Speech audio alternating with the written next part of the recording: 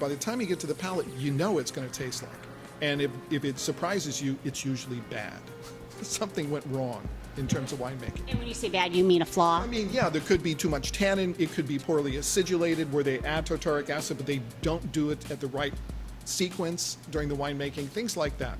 Or maybe there's a flaw you didn't pick up on the nose. But chances are you picked up practically all the information you need on the nose. A very common question I get from people is, how do I know if I got a bad bottle of wine? Is there some... There you go. There's really good wines at every possible price point, but you know, obviously, if a wine is flawed, it tastes like vinegar, or if it's corked, it's moldy, musty, dank, like old books and magazines. Yeah, and taste it, and if the aftertaste isn't good, it's not good. What if it's been set out for, 90 degrees on the counter, and what's that taste going to be? Well, it's going to taste like Madeira. It's going to taste cooked and baked and dried and leathery and just weird. Okay?